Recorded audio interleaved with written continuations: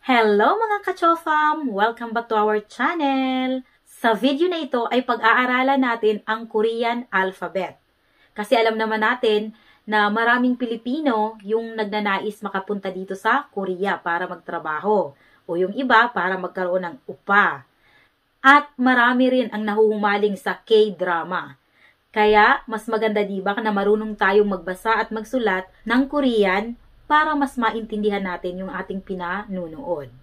Siyempre, ang una nating dapat matutunan ay yung alphabet, Korean alphabet, para makapagbasa at makapagsulat tayo. Okay, pag-aralan na natin ito. So, itong nasa taas, ito yung Korean letters, Korean characters. Okay, at sa baba naman, inilagay ko yung katumbas na tunog sa English. Tunog nila ito, hindi pangalan. So, ito, katumbas na tunog ng character na ito.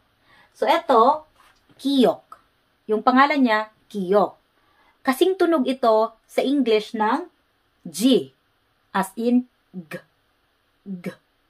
Or, nagiging tunog din ito na K.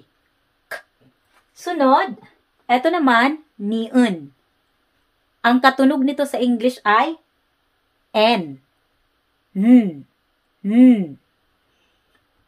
Ito naman ay digot. Digot. Ang katunog niya sa English ay tunog siya ng D, D, D. At nagiging tunog din siya ng T, T, T. Real, katunog siya ng L, L, L. May tunog din ito na R, R. Okay, eto naman, Mium. Mium, katunog niya yung M. Ganyan. Eto naman, Piyok. Piyok. Katunog niya yung B. As in, B. B. At may tunog din ito na P. As in, P. P. Eto naman, Siyot. Siyot, ang tunog niya ay kagaya ng sa S. S. S. Okay. Etong parang circle, iyong. Iyong.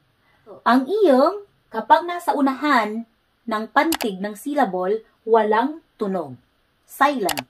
Walang tunog siya. Pero kapag nasa hulihan siya ng syllable ng pantig, may tunog siya. Ang tunog niya ay inji, tunog ng inji. Ito naman, jiut. Jiut. Okay, yung jiut, ang tunog niya ay sa J. Ang tunog ng J ay j, j, di ba? So, kasing tunog niya yung letter J sa English. Then, ito naman ay jiut. Jiut.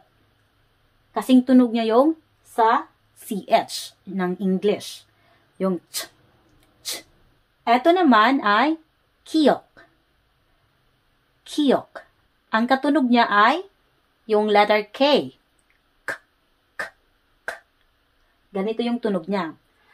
Ito naman ay parang letter E sa English. Pero, ito ay tiut.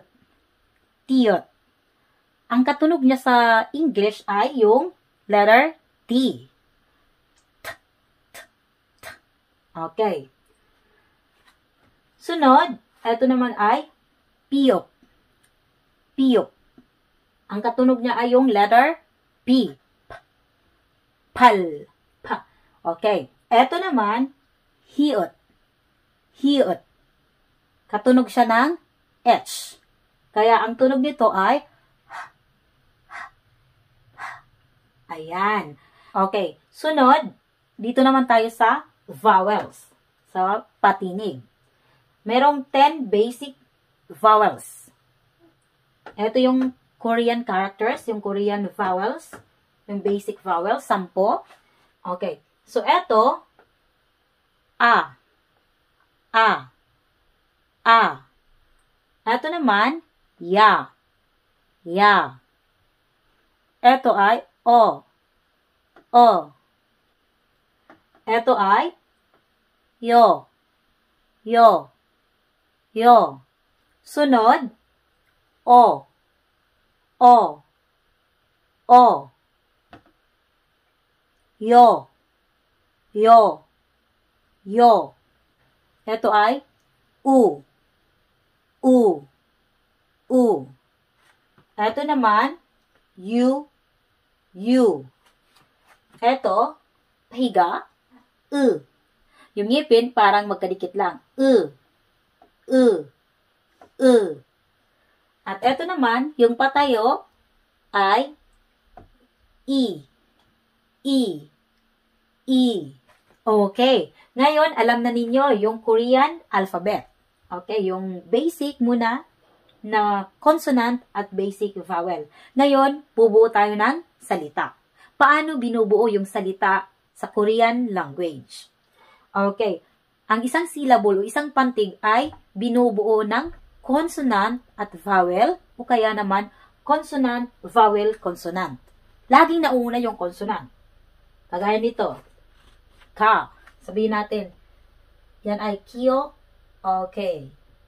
Then, dadagdagan natin ito para makabuo ng isang pantig o salita, dapat may kapares siya.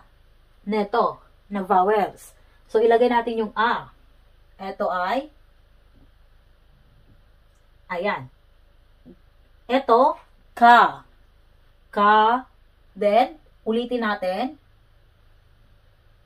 Okay. Hiyok siya. Ganun pa rin. Ito pa rin siya. Dadagdagan natin siya ng U. Eto, ilagay ko yung U. Dito siya sa baba. Yung mga pahiga, eto pahiga na letters, sa baba yan nilalagay ng consonant. Consonant, sa taas, sa baba, yung pahiga na vowel. Yung patayo, patayo siya, patayo, dito siya sa tabi ng consonant. Nasa, susunod siya sa kanan ng consonant. Katinig. So, ito ay isang salita na. Salita ito. So, ito, isang pantig. At ito naman, isang pantig. Okay. Ito, ang pagbasa nito ay kagu. Nasa first syllable siya. Unang pantig siya. So, ito, kapag nasa unang pantig siya, first syllable, ang katunog niya ay ito. Kapag nasa second, third syllable, katunog niya ay ito. Yan. Okay. Kaya siya, kagu. Kagu. Hindi yun gago. Sa atin, mayroong gago, di ba? Hindi yun. Ang ibig sabihin nito ay furniture. Furniture. Okay. Meron siyang dalawang pantig. Bawat syllable, meron siyang consonant, may vowel. Isang pantig na siya. Nauuna lagi yung consonant. Dito naman, consonant, ito naman, vowel. Isang pantig din. One, isang pantig, pangalawang pantig. Okay. So, consonant ang nauna, sunod ang vowel. Pwede rin ang consonant ang nauna sa taas, nasa baba yung vowel. So, pagpahiga yung vowels, sa baba ilalagay ng consonant. Pwede rin makabuo ng salita, consonant, vowel, consonant. Merong ganon. Itong character na ito, miyom. So, gawin natin. Ilagay natin dito. Yan. Lagyan natin ito sa baba para makabuo tayo ng ayan. U, di ba? U, u, mu.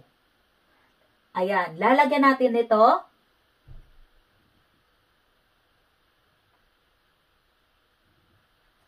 Okay. Isang salita ito. Isang pantig, isang salita. Okay. Ito ay mul. Mul. Consonant. Diba ito consonant? Ito naman, vowel. Ito, consonant. Yan ang pagbuo. So, ito yung pagbuo. Consonant, vowel, consonant. Pababa siya. Isang pantig, isang salita. Ito ay mul. Ibig sabihin, water. Tubig. Yan, tubig. So, tubig, mul. Sa Korea. Isang pantig na siya. One syllable. One syllable word. Ito. Ganito yung pagkakabuo ng mga salita sa Korean language. Nauuna lagi yung consonant, kasunod yung vowel. Ngayon, iisipin niyo paano naman kung ito dapat ang gagamitin natin. May mga salita na ito yung tunog ang nauuna. Tunog ng vowels ang nauuna. Meron kayong naririnig niyan. Pwede yan. Eto, di ba silent? Ngayon, halimbawa yung a. Okay, lagyan natin dito. Hindi pwedeng gawin natin na sabihin natin ganyan lang. Hindi siya pwede. Kailangan may maunang consonant sa kanya. Kaya naman, itong silent, itong iyong, gagamitin yan dito sa unahan. Ilalagay siya sa unahan. Okay. So, eto na siya ngayon. Eto, isang panting na siya. Naging pantig siya. Kasi kapag isa ito lang, hindi siya pwedeng maging isang pantig. Dapat mayroong nauunang consonant, katinig.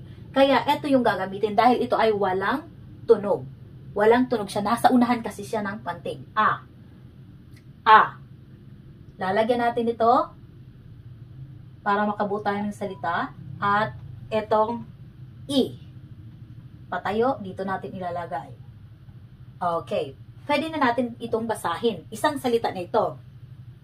Ito, isang pantig. At ito rin ay isang pantig. Gi. Gi. Ibig sabihin, baby. Okay? Isang pantig, pangalawang pantig. 2 syllables. Okay. So, dito, kailangan mauna consonant, vowel, consonant, vowel. Ayan. Sa bawat pantig, kailangan merong consonant, merong vowel. Hindi pwedeng vowel lang. Kagaya sa English, di ba? Yung isang syllable sa English, isang vowel sound, syllable na yun, isang pantig. Dito, kailangan may kapares siya na consonant. Laging mauuna yung consonant. Kaya kapag ang tunog ng salita ay kasing tunog ng patinig o vowel, meron yan ng letter o consonant sa unahan na iyong. Dahil ito ay walang tunog kapag nasa unahan. Ayan. Kagaya nito. Okay, sabihin naman natin, siyot, ito. Lagyan natin ng isang pantig. Sa.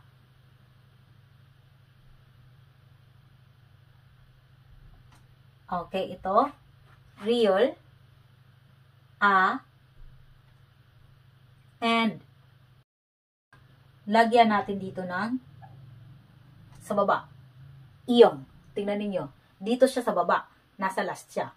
Ngayon, dalawang pantig ito. Okay. Ito. Ito. Ito, sarang. Sarang. Nesarang. Love. Okay? Love. Ang tunog niya ay Ito ang tunog niya, inji.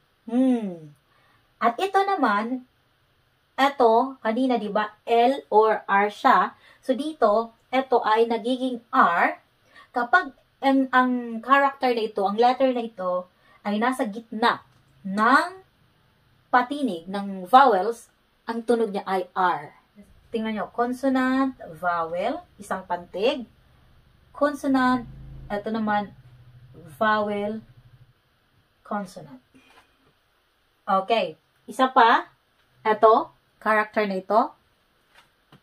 Sabihin natin, yan. Lagyan natin ng A. Ang pagbasa ay cha. Cha. Isang salita na ito. Isang pantig, one syllable, isang salita. Ang ibig sabihin nito ay car. Car. Sasakyan. So, ito, di ba? Meron siyang consonant, meron siyang vowel. Isang salita na siya. Okay, tapos na natin yung basic. Basic consonants, basic vowels. Ngayon, aalamin naman natin yung compound vowels at saka double consonants. Okay, eto naman yung 5 double consonants. Eto, kanina, sa basic, alam natin yung isa, kiyo. Ngayon dito, double, dinoble. So, ang katumbas niya ay double K. Mas matigas yung pagbigas nito kaysa doon sa kiyo. ka, ka, ka. Sangkiyo, double K siya, sangdigot, sangdigot. Katumbas siya ng, dalawang T. Ta, ta. Sangpiyo, double P. 빵, 빵. 빵을 먹고 싶어요. 빵. Kagaya nito. 쌍시옷, 쌍시옷. Katumbas siya ng dalawang S. 사다. Ito naman, double J. Zada. Ito, za, za. Ngayon naman, ito naman yung compound vowels. Okay, ito yung pinagsamang, vowels, yung basic vowels, pinagsama. So, ito na yung compound vowels. Etong character na ito parang H. Hindi ito H. Okay. E. Ye. Ito naman, E. Ito kanina, E. Diba? Ito, ye. Ito, hindi siya gaanong bumaba. So, yun ang kaibahan nila. Ito, bagsak. Ito, hindi gaanong bumaba. Ito naman, ye. Ito ay, wa. Pinagsamang O. Ito, O, at saka A. Kaya, pag binigkas mo, parang yung bibig natin, gagawa muna ng parang O, formang O, bago naging wa. We.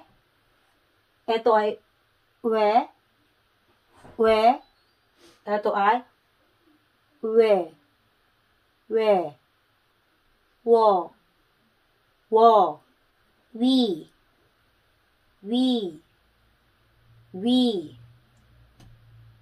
Ito, So, ito yung compound vowels. Ito ay nabuo sa pagsasama ng yung basic vowels. At ito naman yung double consonants. So, lahat merong 40 characters. 40 letters. Ka, ta, pa, sya, ja. Okay.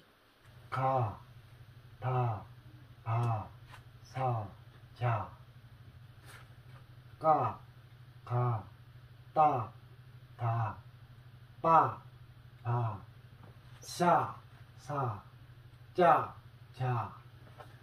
Zaranda? Zaranda? Yung asawa kong pinabasa ko. O yun ang pagkakaiba nila sa tunog. Mas, sa may diin dito, kumpara dito. Ito parang galing sa loob. Galing talaga dito yung tunog. Ito naman, lang siya, parang nasa labas lang.